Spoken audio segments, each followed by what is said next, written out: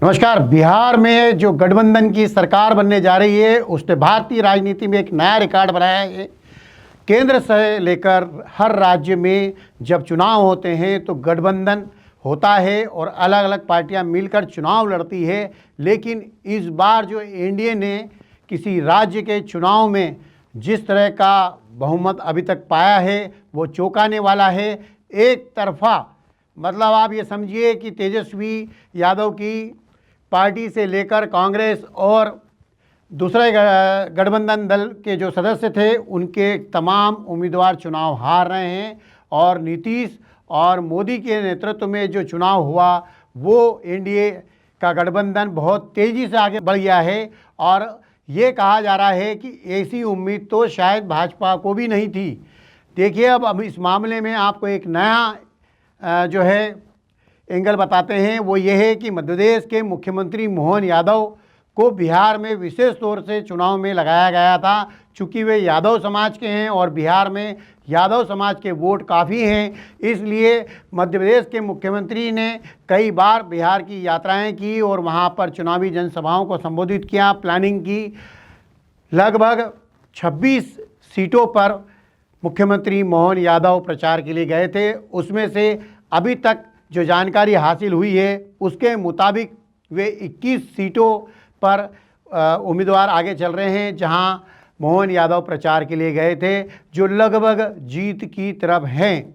ये खुशी आज मुख्यमंत्री मोहन यादव को उस समय मिली वे जब भोपाल से इंदौर एयरपोर्ट पर आए तो एयरपोर्ट पर उन्होंने सबसे पहले टीवी देखा और कहा कि ये वाकई पूरी पार्टी की मेहनत का परिणाम है और मोदी जी और नीतीश के नेतृत्व में जिस तरह से गठबंधन एनडीए ने चुनाव लड़ा उसकी जीत है। उसके बाद मोहन यादव इतने गदगद और खुश हुए कि अपनी पार्टी के साथियों के साथ मिठाई का आदान प्रदान किया।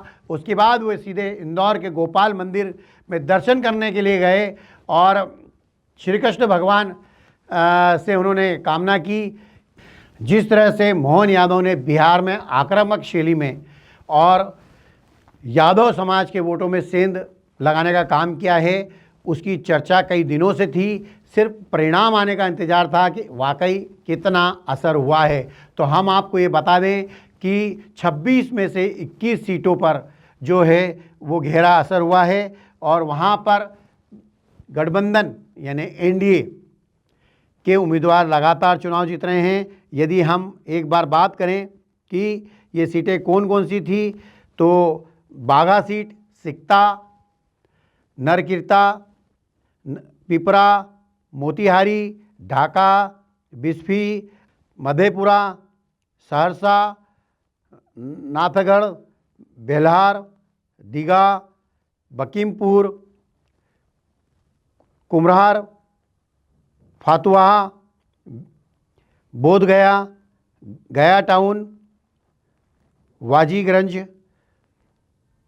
हिसुआ, ये तमाम सीटें वो है जहां पर मध्य प्रदेश के मुख्यमंत्री मोहन यादव चुनाव प्रचार के लिए गए थे और वहां उन्होंने बहुत ही धार्मिक आधार पर कृष्ण की बात की।